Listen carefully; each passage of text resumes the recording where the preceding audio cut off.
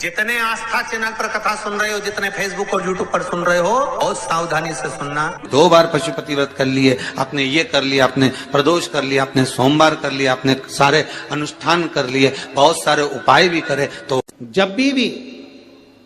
आप अपने हृदय से कोई सरकारी गतिविधियों में कहीं फंस गए हो, सरकारी कोई केस चल रहा है, कोई सरकारी चीजों में अगर तकलीफें आ रही हैं, तो शिव का नाम लेकर में 5 दुर्बा, 1 बेलपत्र, 1 अक्षत, 1 चावल का दाना। अमरनाथ जी का दर्शन करने हम पहुंचे ना पहुंचे, अमरनाथ जी का हमने कभी दर्शन किया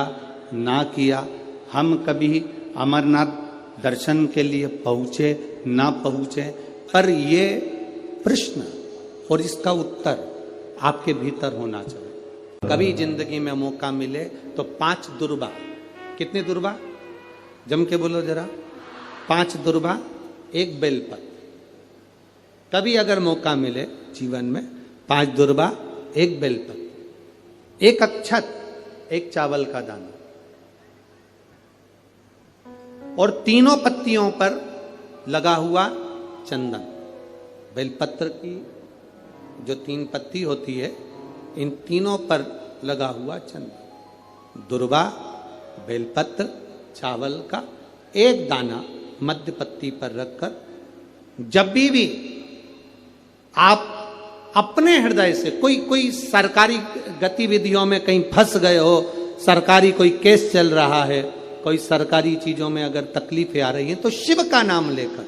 आप अपना कर्म जरूर करना, मेहनत जरूर करना, कर्म के साथ में शंकर पर विश्वास रखकर 1 अक्षत का दाना, 1 बेलपत्र, 5 दुर्बा हाथ में लेकर शिव का स्मरण कर कर श्री शिवाय नमस्तुभ्यम कहकर, अगर श्री शिवाय नमस्तुभ्यम भी नहीं कह सकते, पंचाक्षर मंत्र नमः शिवाय, षडाक्षर मंत्र ओम नमः शिवाय, या फिर श्री शिवाय नमस्तुभ्यम बोलकर शिव को जो स्थान आपको बताया है, स्थान देखा है ना, फिर ध्यान देंगे, अशोक सुंदरी से शिवलिंग के बीच की जो खाली जगह है, देख रहे हो आप लोग, एलईडीओं पर ध्यान देना, एलईडी और अपने अपने मोबाइल पर अगर आप कथा सुन रहे हो, या यहाँ पंडाल में कथा सुन रहे हो, या आस्था चैनल पर सुन रहे हो, तो वहां शिवलिंग, अशोक सुंदरी का स्थान, बीच में जो खाली जगह है, इस खाली जगह पर बेलपत्री और दुर्बा का जो पीछे का भाग है, वो पीछे का भाग अशोक सुंदर की ओर होना चाहिए, अशोक सुंदर की ओर उसका भाग हो जाए, और पत्ती को इस तरह से शिवलिंग और जो खाली जगह है उसके मध्य में रखकर, कोई सरकारी चीज के लिए, कोई प्रशासनिक चीज के लिए, कोई केस के लिए, कोई कानूनी कार्यवाही के लिए, कोई तकलीफ में घिरे हुए हो, तो उस स्थान पर ये बेलपत्र केवल 1 बार चढ़ाकर बाबा से विनती करना, बाबा उसको स्वीकार जरूर करेगा, कार्य सफल जरूर करेगा। 1 बेलपत्र शिव भक्ति के लिए, 1 बेलपत्र की मूल, ये प्रश्न भी हो और इसका उत्तर भी। पार्वती जी ने शिव जी से प्रश्न किया, बाबा, प्रभु, स्वामी, आपके शरीर पर जो वस्तु आपने धारण करी है, मैं 5 वस्तुओं को, पार्वती जी कहती हैं, आपसे पूछना चाहती हूं। केवल 5 वस्तु का मैं महत्व जानना चाहती हूं। 1, आपके गले में पड़ा हुआ रुद्राक्ष, 2, गले में पड़ा हुआ सांप, 3, मस्तक पे लगा हुआ चंद्र, 4, मस्तक पे रखी हुई गंगा, और 5वां कंठ में पड़ा हुआ विष। ये 5 चीजें जो आपके पास में विराजमान है, ये 5 चीजें जो आपके पास में हैं, आपके पास में विराजमान है, इन 5 चीजों का दर्शन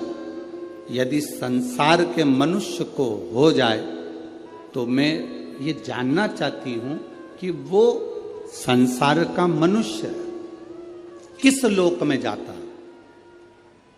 किस स्थान पर जाता। बाबा देवादिदेव महादेव जो माता पार्वती जी को कथा सुनाने के लिए विराजमान थे, अमर कथा जो कह रहे हैं, पार्वती जी को जो ज्ञान उपदेश दे रहे हैं, माता पार्वती जी को जो ज्ञान उपदेश प्रदान कर रहे हैं, वो भगवान शंकर पार्वती जी से कहते हैं, पार्वती तू 5 दर्शन को भूल जा। गंगा का दर्शन हुआ कि नहीं हुआ उससे मतलब नहीं, चंद्र का दर्शन हुआ कि नहीं हुआ उससे मतलब नहीं, कंठ में भरे हुए विष का दर्शन हुआ कि नहीं हुआ उसका मतलब नहीं, सर्प गले में पड़ा है उसका दर्शन हुआ कि नहीं हुआ उसका मतलब नहीं। पार्वती अगर संसार का मनुष्य मेरे गले में पड़े हुए रुद्राक्ष को अगर अपने कंठ में धारण भी कर लेता है या उसका स्पर्श भी कर लेता है तो फिर पुनः उसका जन्म नहीं होता, वो कैलाश धाम का अधिपति बन जाता। एक रुद्राक्ष का मन का, एक रुद्राक्ष का मन का, ये मनुष्य के जीवन को सुख